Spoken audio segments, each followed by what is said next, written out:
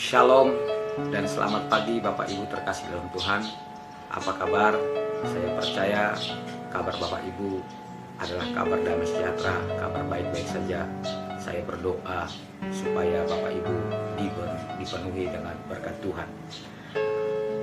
Pagi hari ini saya menyampaikan firman Tuhan tentang Yesus membangkitkan pemuda di Nain. Yesus membangkitkan pemuda di Nain. Terambil dari Lukas pasal yang ke-7 ayat yang ke-11 sampai ayat yang ke-17. Saudaraku terkasih, peristiwa buruk dapat menimpa siapa saja tanpa pandang bulu. Tragedi bisa saja datang dalam kehidupan kita. Ketika peristiwa menerpa, banyak orang yang tidak siap dan akibatnya beragam respon bisa terjadi. Respon terburuk adalah ketika Tuhan dipersalahkan dan ketika dianggap Tuhan sebagai penyebab dari sebuah tragedi. Saudaraku terkasih dalam Tuhan Yesus, Injil Lukas mencatat sebuah peristiwa khas yang tidak tercatat di dalam Injil-Injil yang lain. Kisah ini diawali ketika Yesus dan para muridnya beserta orang banyak hendak menuju ke kota Nain. Sebelum tiba di kota itu, tepatnya mau masuki gerbang kota, mereka bertemu dengan rombongan yang mengusung jenazah seorang anak muda. Anak muda ini adalah anak seorang janda. Dia adalah anak satu-satunya, anak tunggal. Ia merupakan tumpuan harapannya. Tak heran jikalau ia sepanjang perjalanan ia menangis sejadi-jadinya.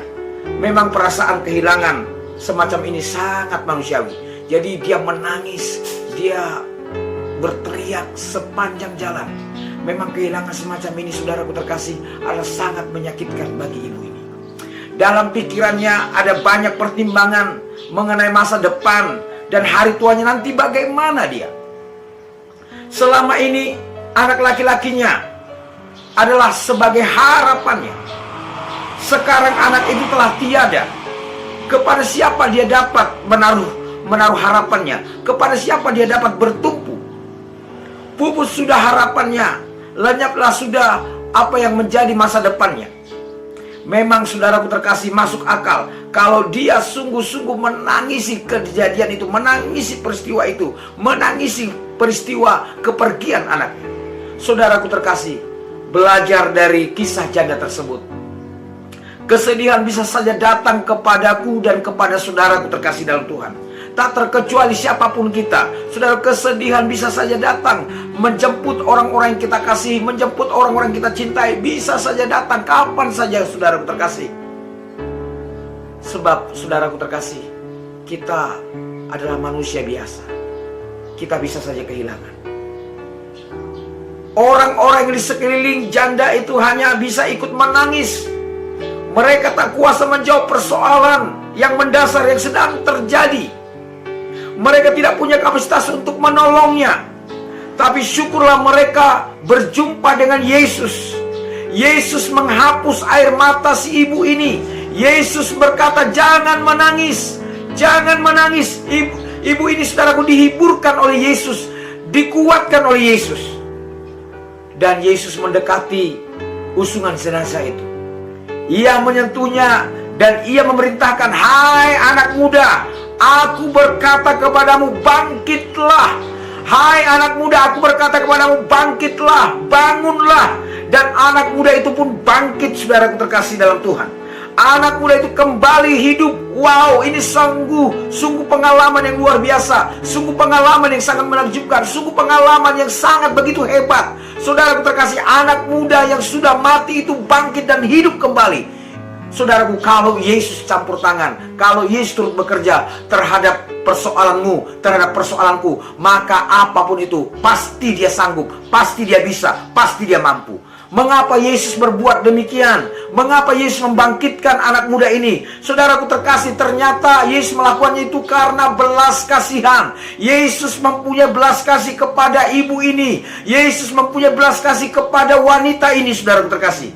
Lukas 7 ayat 13 berkata, dan ketika Tuhan melihat janda itu, tergeraklah hatinya. oleh belas kasihan. Lalu ia berkata kepadanya, jangan menangis. Saudaraku terkasih, Yesus tergerak oleh belas kasihan. Memang hati Yesus penuh dengan belas kasihan. Hati Yesus limpah dengan kasih, saudaraku terkasih. Belas kasihan adalah suatu rasa simpati terhadap penderitaan orang lain, termasuk kerinduan untuk menolong. Jadi belas kasihan tidak hanya pada level perasaan simpati, tetapi melebihi daripada itu. Ada hasrat yang kuat untuk menolong, untuk berbuat sesuatu. Karena itu Yesus menyentuh usungan jenazah itu. Anak muda itu pun bangun, anak muda itu bangkit, dan semua orang berkata, telah datang nabi besar di antara kita, telah muncul nabi besar di tengah-tengah kita, telah hadir seorang nabi besar di kalangan kita. Perbuatan Yesus membangkitkan anak muda itu adalah karena didorong oleh belas kasih, didorong oleh hatinya Yesus yang dipenuhi dengan cinta, yang dipenuhi dengan kasih, yang dipenuhi dengan kebaikan kepada wanita ini. Saudaraku terkasih, kasih Yesus Kristus sungguh begitu besar, menjadi dasar dari perenungan kita di pagi hari ini. Yesus membangkitkan anak muda itu, saudaraku, dan saudara, digerakkan karena dia digerakkan oleh belas kasihan, karena dia digerakkan oleh cintanya, karena dia digerakkan oleh kasihnya kepada wanita ini. Dan saya percaya, kalau Yesus mempunyai belas kasih kepada wanita ini, dia juga sama. Dia mempunyai belas kasih kepadamu, dia punya belas kasih kepadaku.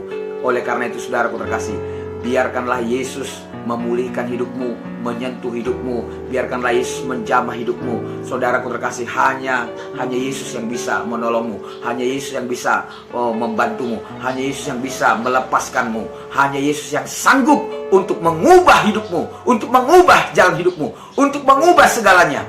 Serahkan pada Yesus.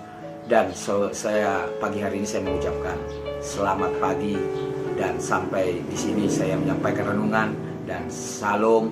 Tuhan Yesus memberkati kita. Amin.